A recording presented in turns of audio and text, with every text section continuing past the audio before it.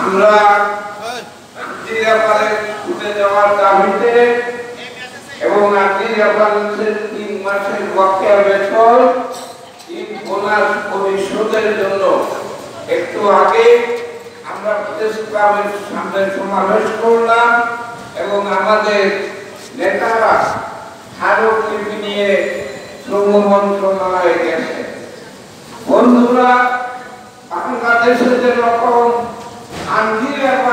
বন্ধ শ্রমিকদের বেতন দেওয়া হয় না, এইরকম শুধু বাংলাদেশ না, পৃথিবীর অন্যান্য জায়গায়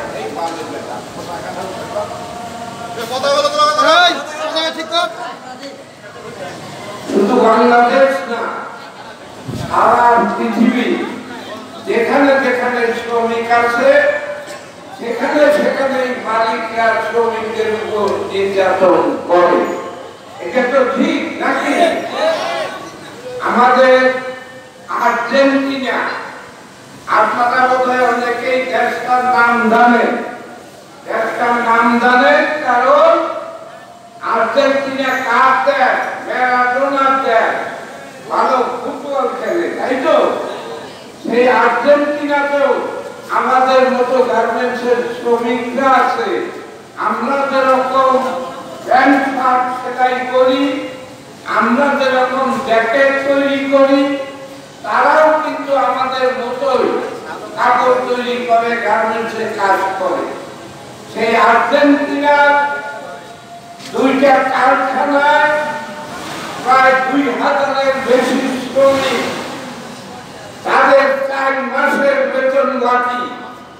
আর এই বেতনের জন্য তারা সেখানে কারখানায় কাজ বন্ধ করেছে।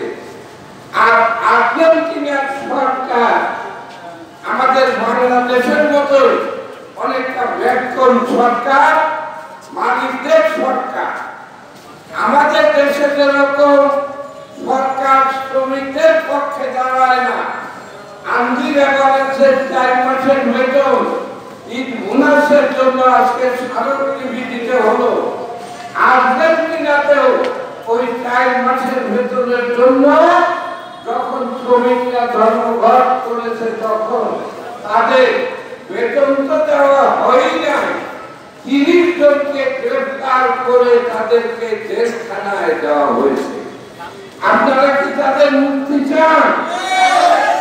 আমরা বাংলাদেশ থেকে আমাদের আজকে এই যে ব্যানারে ফেস্টুনে লেখা এবং আমরা যে পতাকা সহ বাংলাদেশি পতাকা, লাল পতাকা নিয়ে দাঁড়ালাম, আমরা আর্জেন্টিনার সেই শ্রমিকদেরকে বলতে চাই, আপনারা একা না, আমরা বাংলাদেশের গার্মেন্টসের শ্রমিকরাও আপনাদের সাথে আছি, সাথে থাকবো। এই তো এই জন্যই আমাদের এই কর্মসূচি যারা অংশ নিয়েছেন তাদেরকে ধন্যবাদ জানাই।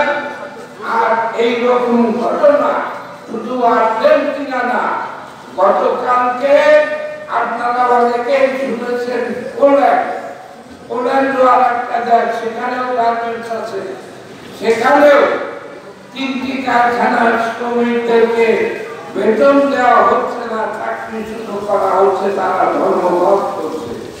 আমরা সেই পোল্যান্ডের যারা, তাদের সাথে আমরা সংহতি জানাবো। তবে এটা যেহেতু আমাদের আর্জেন্টিনার জন্য আমাদের তৈরি করা, আমরা এটা রেখে পোল্যান্ডের জন্য আমরা যেটা তৈরি করেছি সেটাই শুধু আমরা এবারে ধরবো। আপনাদের সবাইকে সেটা তো একটু আর 2-3 মিনিট অপেক্ষা করা এবং অংশগ্রহণের অনুরোধ জানাই।